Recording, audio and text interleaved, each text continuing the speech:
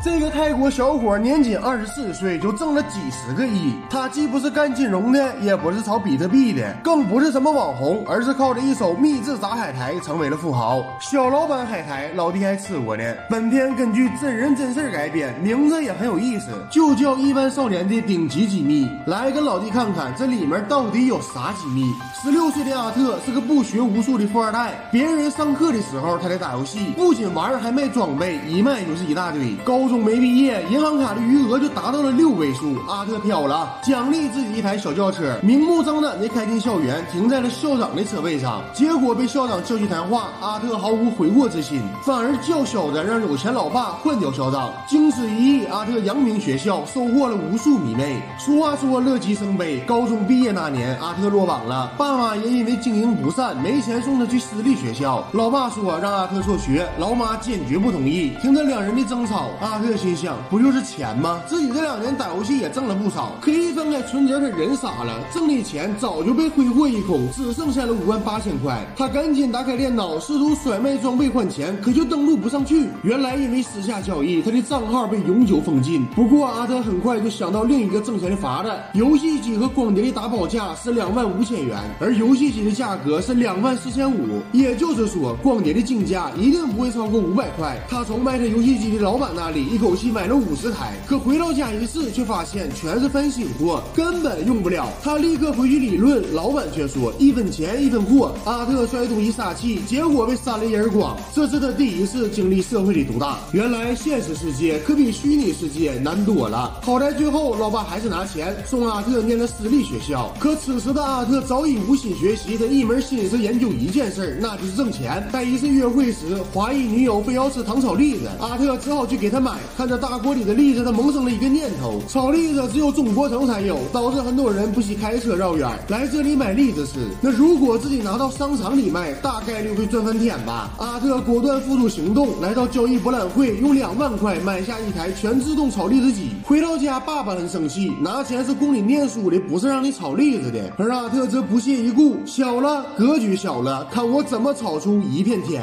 这个富二代不好好念书，非要带着管家去卖糖炒栗子，爸妈以为他疯了，可他却坚信炒栗子一定能挣大钱。于是，在本该念书时，他去找老师傅学习炒栗子。一了解才知道，简单的炒栗子也有了大学问。栗子在上锅前要泡水，这样做的才软糯。炒栗子最好用鹅卵石，不然容易粘锅炒糊。好记性不如烂笔头，阿特在小本本上记录步骤，又看中了一份汤汁，果断买下老板的配方。很快，阿特做出了第1份，味道竟然出人意料的好，这让他信心大增，立刻在商场里租下店铺。然而做小吃生意，味道好并不代表着销量好。几天过去，阿特只卖出了几份，反观身边的女孩则天天生意火爆。为了弄清楚原因，阿特来到菜市场，每天蹲点观察小商小贩们的销售之道，并且保持优良传统，把所看所想记录在小本子上。整理发现，但凡生意好的店铺，地理位置都很不错。于是他回到商场，不惜花费高价把摊位摆在了门口，因为这离停车场很近，有一大批隐藏顾客。果然，换完地方后，炒栗子大卖特卖，阿特和管家忙都忙不过来，兴奋之情溢于言表。他算了一笔账，按照这个速度卖栗子，1年能挣100万。然而噩耗率先传来，老爸的公司彻底破产，一家人为了躲债，选择去中国跑路。但阿特很有野心，他要留在泰国靠炒栗子挣钱还债，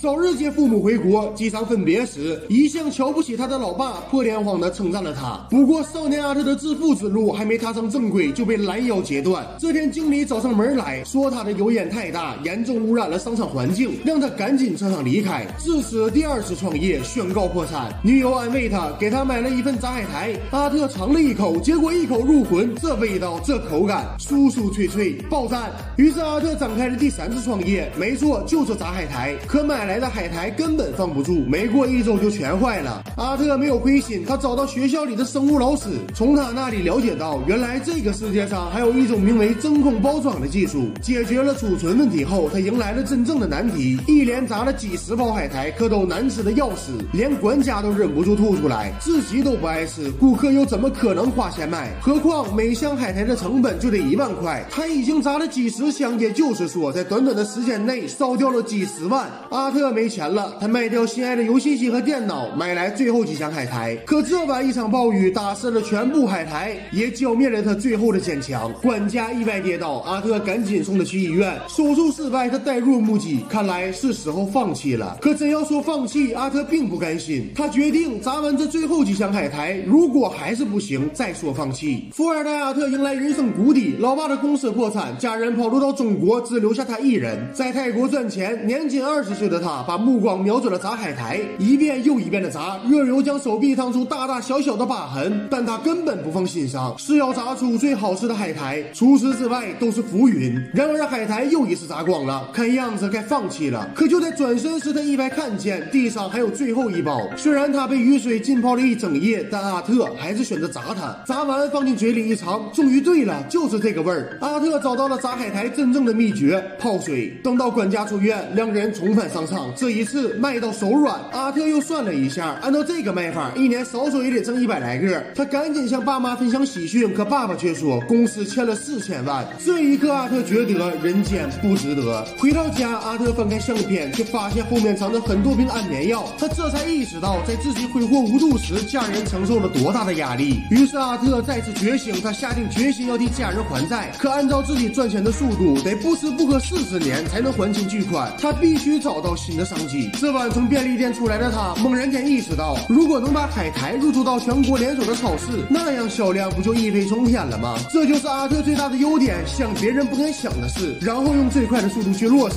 他换上爸爸的西服，来到连锁超市的总部，在厕所反复练习台词。可等见到经理时，他话还没说完，就被对方直接打断。原来他的海苔是个3无产品，别说配料表、生产日期这些严格化的要求，就单说包装都拿不上台面。这天晚上，阿特彻夜难眠。好在第二天一早，他就焕然一新，整装出发来到设计公司，找人设计包装，再写上生产日期和配料表。很快便把海苔进行了全新升级。他再次来到超市总部，得知经理没时间，他就在外边死等。转眼大半天过去了，可经理却在办公室里走来走去，就是不出来见自己。他终于失去了耐心，在把全部海苔送给电梯员后，落寞的离开这里。画面一转，几个超市员工正在发放着阿特的海苔，其中一个男人更是意犹未尽的舔着手指。原来他们在乘坐电梯时发现了那箱海苔。第二天，阿特就得到邀请，经理说你的海苔太好吃了，一定要把销售权给我们。可就在你以为好起来的时候，阿特又遇到了新的难题。新食品想要上架，就必须通过食品局的检查。可阿特只是个小作坊，年迈的管家是唯一的员工。